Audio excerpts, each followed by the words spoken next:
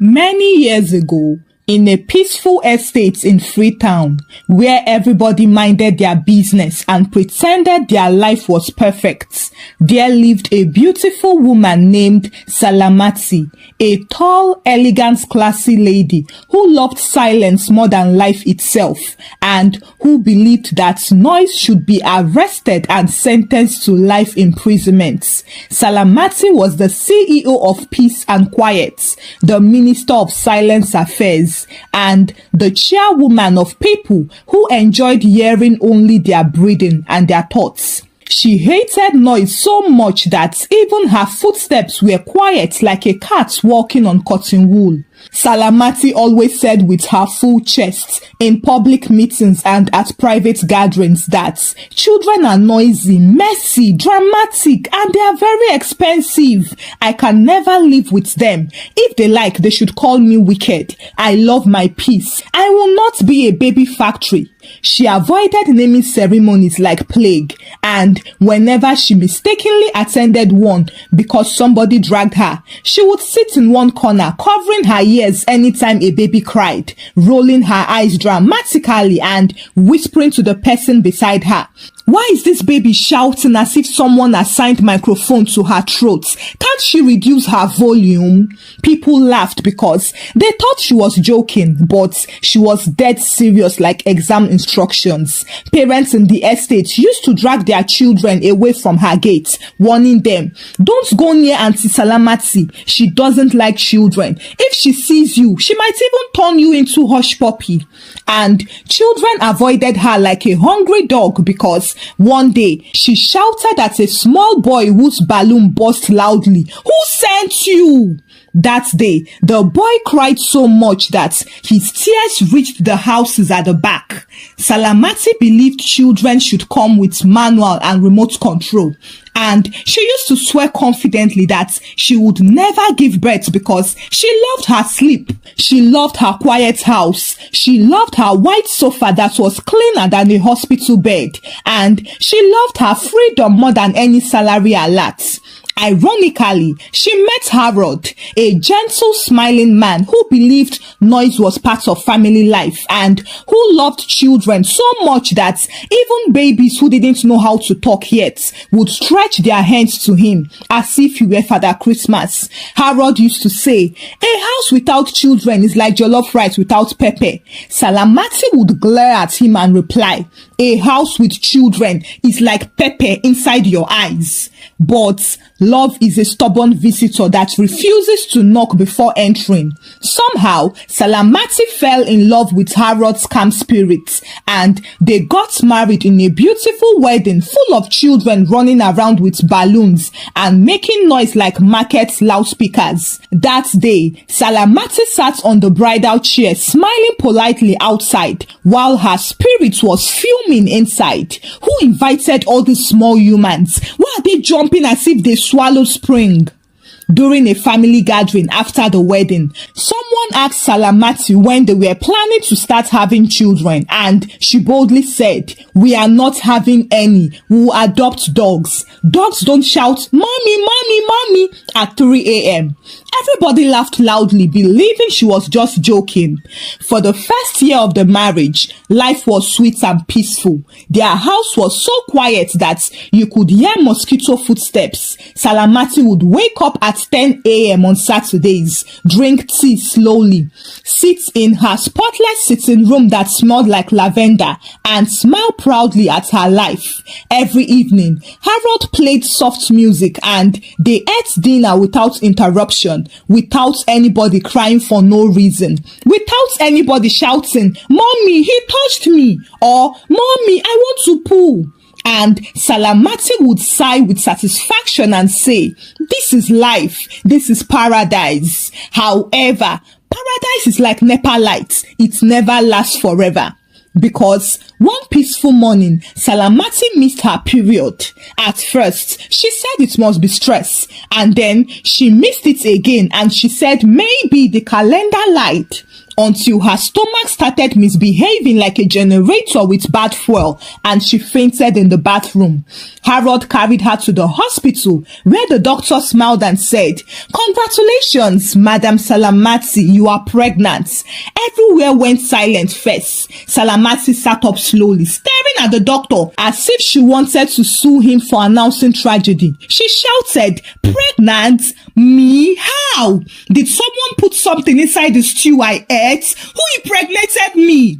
Meanwhile, Harold was smiling foolishly with happiness like someone who swallowed sugar. He said, "Baby, God has blessed us." But Salamati replied, "This is not blessing, this is kidnapping of destiny." Since the day pregnancy entered Salamati's life rudely and without permission, her peaceful, soft life schedule scattered like a biscuit under a toddler's feet. She woke up every morning feeling like condemned oil was poured inside her stomach. She vomited so loudly that the neighbors thought somebody was doing dry fasting deliverance in the house. Even the ordinary smell of boiling water made her faint dramatically like a Nollywood actress. Her once elegant walk now turned into a penguin movement, and she complained about everything. She complained about lights, about darkness, about food, about air, about oxygen, about Harold breathing too loudly, and even about her own shadow following her too closely. "Harold, why are you breathing like a trailer engine? Do you want to kill my baby with carbon monoxide?" Harold was confused that day. "But I am not even breathing loudly now." Salamati glared at him. "Oh, so you are now talking back? You want to fight a pregnant woman? You want to appear on community WhatsApp group news, Abi?" Poor Harold quietly carried his pillow and went to sleep on the sofa in self-defense. People who visited the house during her pregnancy quickly learned to whisper like criminals under surveillance, because even a small sound from them, like a spoon touching the plate, could make Salamati snap like a broken hanger. One afternoon, she was lying on the bed crying loudly for absolutely no reason. Harold came running barefoot like an emergency ambulance. "Baby, what happened? What is wrong?" Salamati wailed. "The mosquito inside the room looked at me rudely." Harold blinked hard and asked, "Are you sure?" Salamati screamed, "Are you calling me a liar?" And she began crying again like someone whose village was taken over by flood. Now, after 9 months of emotional Olympics, hospital visits and tears over plantain that wasn't burnt enough, labor started at 2 a.m. on a rainy Sunday. Salamati shouted so loudly that the rain even stopped to listen. "Harold, my waist is divorcing me. I am seeing stars, moon, angels, and my ancestors. Call the doctor before I deliver on your face." Harold drove to the hospital like a Formula One driver, even though the hospital was only 10 minutes away. Nurses rushed her inside and told her to breathe normally. "Madam, calm down. Breathe in and out." Salamati shouted, "Are you mad? If you want to breathe, breathe yourself now. Leave my breathing alone." The nurse crossed herself quietly. And then, after hours of shouting, screaming, threatening Harold's family, promising to never have children again, and insulting every man in the world, including Adam and Abraham, a small baby girl finally arrived. She was tiny, beautiful and innocent, but loud like a church speaker without volume control. The moment she came out, she screamed aggressively as if she was demanding justice from heaven. Salamati stared at her in shock. Why is she shouting as if she was forced to pay tax inside the womb? Can someone reduce her volume? But Harold was smiling like someone who just got a free visa to Canada. She's perfect. She looks just like you. Salamati looked at him and shook her head. If she looks like me, she should behave quietly. Who taught her how to shout? They named her Ariella, a sweet name that means God's lioness. And truly, she rolled day and night like a lioness with microphone. When they returned home after some days, Salamati expected peace to come back, but instead, chaos entered. Baby Ariella cried every 4 minutes, morning, afternoon, evening, midnight, and even inside her sleep. Salamati could not understand how a human being that small could produce sound that loud. She tried silent rocking, but the baby screamed louder. She tried singing lullaby, but the baby screamed as if she hated music. She tried giving milk. The baby screamed as if she needed fufu. She tried praying. The baby screamed as if a demon threatened the prayer. Even neighbors began sending messages. Madam, please, does your baby have an alarm battery inside her throat? Reduce her volume, please. Salamati stared into the distance like someone seeing flashbacks of her peaceful life running away with a suitcase. Sleep disappeared from her eyes. Her hair was scattered. Her wrapper was lost out of shape. Her soul traveled temporarily to Ghana. Then, one day at 3 a.m., she stood in the living room holding baby Ariella and talking to no one in particular. Noise. Is this how you want to kill me? Is this how I will die? Somebody should come and carry this baby, please. I want to rest. But the baby screamed louder as if she understood the disrespect. Harold, who was half asleep, said, "Baby, we'll get used to it. Don't worry. Children bring joy." Salamati fumed. Joy? This is not joy. This is judgment. And she began crying louder than the baby. That night, she looked up to heaven and prayed, "Lord, please, I repent. I surrender. Please, no more children. Just one is enough. I promise I will love every child I see. Just stop this noise, please." But the angel in charge must have been laughing because destiny had already booked her future. What she did not know was that more babies were warming up in heaven gym, doing press-ups and stretching their vocal cords, preparing to scatter her life beautifully. 2 years after Ariella arrived, when Salamati had just begun to breathe normally again and had even started telling people she was finally regaining her sanity, destiny slapped her from behind. One quiet Tuesday morning, when Salamati was cooking stew, singing praise songs and thanking God for restoring peace, Harold walked into the kitchen, smiling suspiciously like someone holding a secret government document. "Baby, I need to tell you something," he said. Salamati frowned. "Tell me what? You look like somebody who wants to confess that he used my lotion to shine his shoe." Harold smiled nervously and held her hand. "Salamati, you are pregnant again." The spoon fell from her hand in shock. She stood frozen and widened her eyes like someone seeing a ghost eating jollof rice on their sofa. "Me? Pregnant? Again? After all the suffering I suffered?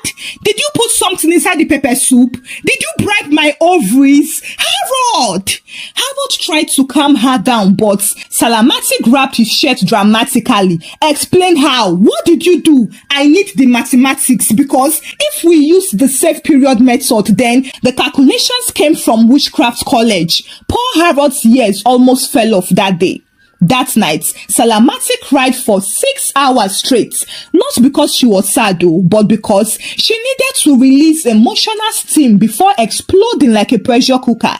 She cried until Harold brought her ice cream. "Baby, calm down. Children are blessings." Salamati cried. "Blessings from where? If this is a blessing, unbless me, please." Well, the baby refused to disappear, and after 9 months of another dramatic hormonal war, baby Zara arrived, tiny like a baby rat, but with a voice like fire alarm. Even the nurses covered their ears when she cried. Now, there were 2 children. One was crying soprano, the other was screaming alto, and just like that, the house became a choir practice hall of confusion. When Zara cried, Ariella cried too, and when Ariella cried louder, Zara responded with a higher pitch. The dogs in the estates even started howling in solidarity solidarity. Once, at 4 a.m., both children screamed at the same time and Salamati fell on the floor shouting, "God, what did I do now? Is it because I used to dodge children at parties? Please, stop this audio terrorism." Neighbors started knocking on their door with prayer oil and painkillers. "Madam, please, we need to sleep. If you don't mind, pour this oil all over their bodies. It will silence them." But Salamati only stared at them with empty eyes like someone who had left her body spiritually. And just when she thought life couldn't break her anymore, 3 years later, she discovered she was pregnant again. This time, she didn't scream. She just slowly packed her handbag and walked out of the house barefoot. Harold ran after her. "Baby, where are you going?" Salamati looked at him calmly but dangerously. "To wherever people without children live. You and your destiny children should enjoy yourself." Harold blocked her path, begging and hugging her legs like a mechanic, holding a vehicle that wants to roll away. 9 months later, Junior was born. Now, Junior was different. He didn't walk. He ran everywhere like someone trying to win an Olympic gold medal. That boy moved like the wind with a sugar rush. If you blinked, he would have disappeared. If you turned around, he would have climbed the cupboard. If you forgot the gates open, you would see him outside greeting strangers. One day, Junior climbed the fridge and jumped down like Superman. Salamati shouted, "Junior, are you okay? Do you want to meet your ancestors early?" Junior smiled and said, "Mommy, I believe I can fly." Salamati almost fainted. At that moment, it dawned on her that her house was now an international disaster zone. Her living room looked like a toy shop explosion. No, better put, it looked like a diaper war ground. Scratch that. It looked like a crayon art museum and a food laboratory at once. If she stepped into the bathroom for a second, the moment she came out, there would already be cornflakes inside the blender, toothpaste on the curtains, and Lego blocks waiting to break someone's toes. It was so bad that visitors stopped coming to their house long ago, and even domestic staff applied for resignation just 2 days after resumption. The worst moment was when Junior found a bag of flour and poured it everywhere like snow festival. The whole house looked like a bakery explosion, and Salamati stood in the middle speechless. Ariella was laughing and clapping like a comedian. Zara poured water to help clean, thereby turning the house into a thick cement paste. Junior danced inside it like ritual ceremony, while Salamati knelt down slowly and cried, "God, this is not life. This is warfare." Just then, someone knocked. It was the estate chairman holding a complaint letter. "Madam, the residents say your house noise is disturbing the entire neighborhood. Please speak to your children, or rather, you can move to an industrial area." Salamati used the letter to wipe her tears. That night, she sat in bed staring at the 3 sleeping angels who looked innocent at night but transformed into warriors by day. She whispered, "When I said I rebuke children, is this how heaven decided to punish me?" See, if Salamati ever believed she had reached the peak of madness, she was wrong, because life looked at her and said, "Hold my zobo for me." Just when she thought 3 children were enough to send anybody into early retirement, she woke up one morning feeling unusually tired, weak, dizzy, and emotionally fragile like soaked cornflakes. She assumed it was stress because stress had become her best friend lately.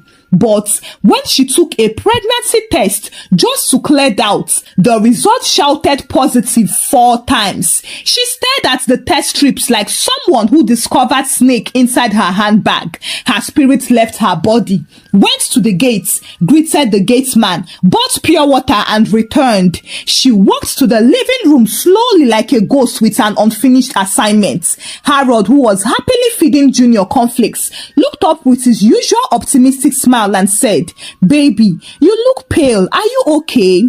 Salamati dropped the pregnancy test on the table silently. Harold picked it up, stared at it, smiled broadly and said, "Baby, God has blessed us again." Salamati blinked slowly and replied, "At this point, he needs to rest. He is doing too much." Harold laughed, thinking she was joking, until Salamati suddenly burst into tears like a tap left open and began packing her bags. Harold asked, "Where are you going?" Salamati sighed, "To a quiet country where children don't exist. Somewhere far, maybe Antarctica." Harold held her leg like someone begging for life. "Please don't go. We can do this together." Salamati glared at him. "Together? You that sleeps like a dead body while World War III happens in your house. Let me rest, please, before I become breaking news." Well, she didn't escape. Destiny held her hostage again. And then, after 9 more months of hormonal drama,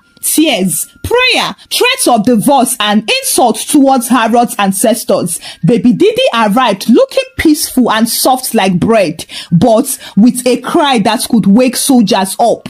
This was a child who screamed, not because she was hungry or uncomfortable, but because screaming was her talent and full-time job. One Saturday morning, everything exploded.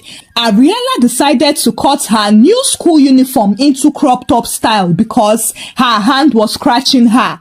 Zara found her own scissors and gave herself a celebrity haircut that looked like a lawnmower accident. Junior poured soap powder inside the washing machine and pressed rinse 15 times, turning the entire house into a foam festival. The foam even reached the ceiling like clouds looking for rain. While baby Didi swallowed a button and started giggling as if nothing happened, Salamati stood in the middle, surrounded by chaos, and her brain shut down like a battery at 1% refusing charger. She screamed so loudly that even the neighbors thought rapture had started. "God of Abraham, Isaac, and Jacob, save your daughter. Which sin did I commit that required this level of punishment?" Junior, who was dancing inside the foam, screamed happily, "Mommy, come and swim." Zara, who was holding the scissors, shouted, "Mommy, look, I am a hairdresser." Ariella joined Junior in the foam with her crop top uniform and announced, "Mommy, we are having a party." Baby Didi just laughed and clapped her hands like a ringleader. And Salamati fell flat on the floor like an electric pole hit by thunder, crying dramatically and holding her chest. "I am finished. Somebody call an ambulance. Call police. Call ECOWAS. Call United Nations. I need international support." Harold rushed into the room, saw the chaos and screamed, "What is this?" Salamati pointed at him and cried harder, "You did this to me. You are your sperm. You are the fountain of noise." Harold attempted bravery. He cleared his throat. "Let me handle them. You need rest. Go and relax outside the house for a few days." Salamati wiped her tears, stood up slowly like an old woman with back pain, picked her handbag and car key, and walked to the door. "If anything happens to them, call Jesus directly. Don't call me." With that, she left the house dramatically like an actress exiting the stage after a tragic scene. However, that night, Harold discovered the truth deeper than mathematics. Junior climbed the kitchen counter and threw eggs on the floor as if he was playing basketball. Zara decorated the wall with permanent marker. Ariella poured baby powder on the sofa until the living room looked like a snow village. And baby Didi screamed for 3 hours non-stop. The next morning, Harold called Salamati, whispering as if he stole the phone. "Baby, please, come home. I surrender. I was wrong. These children are not blessings. They are assignments." Salamati smirked.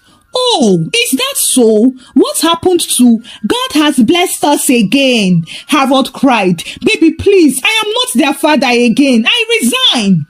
After much persuasion, Salamati returned home. However, when she stepped in, everywhere was quiet, too suspiciously quiet. You know, the kind of silence that makes a parent's heart beat faster, because silence in a house full of children is a sign of impending disaster.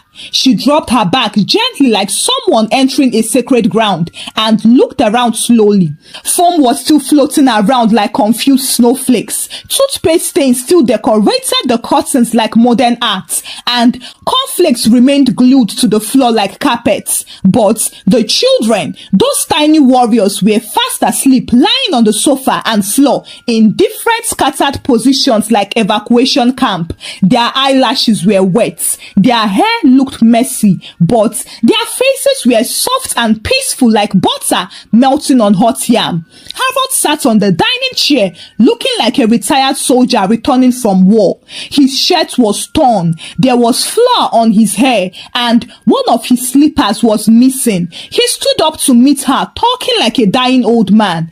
"Baby, I understand now.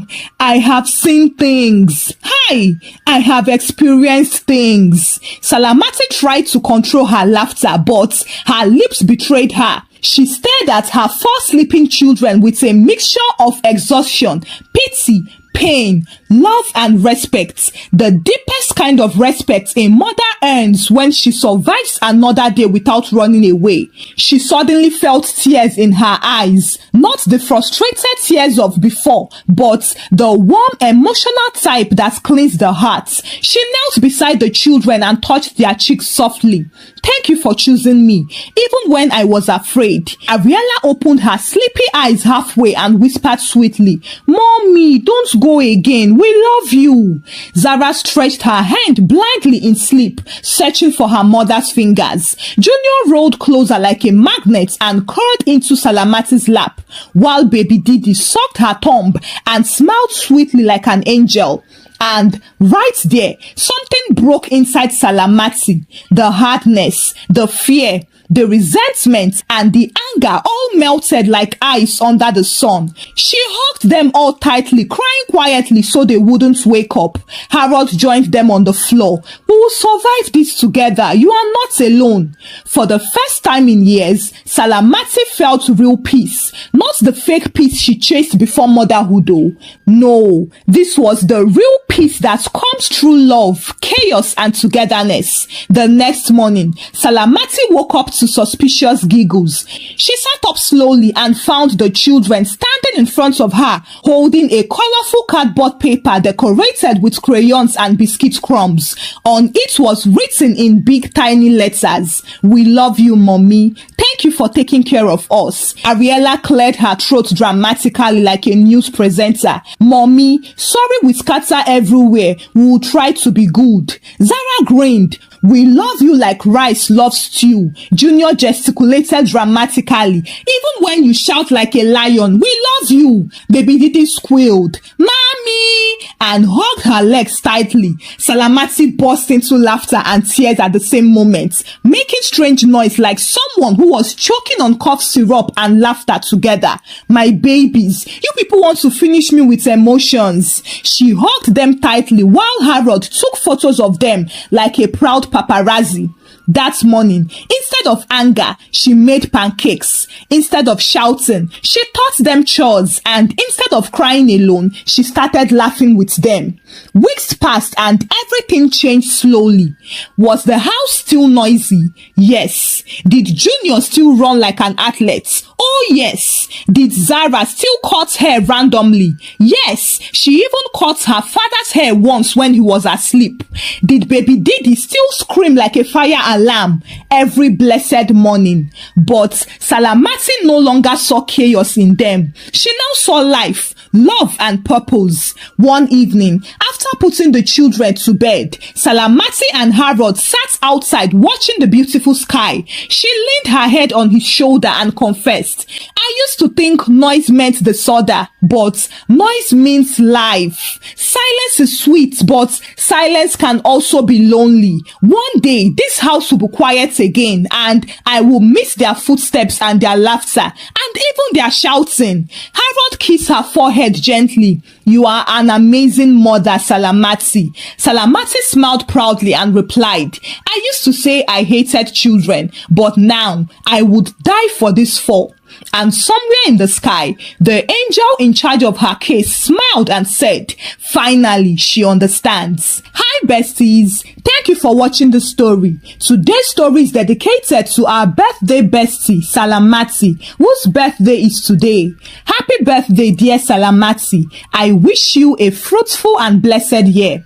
Besties, let's take a moment to wish her well. If you enjoyed the story, kindly give the story a thumbs up and share the story out with your loved ones. Subscribe to this channel if you've not done so by now. Until I bring another story your way. Bye!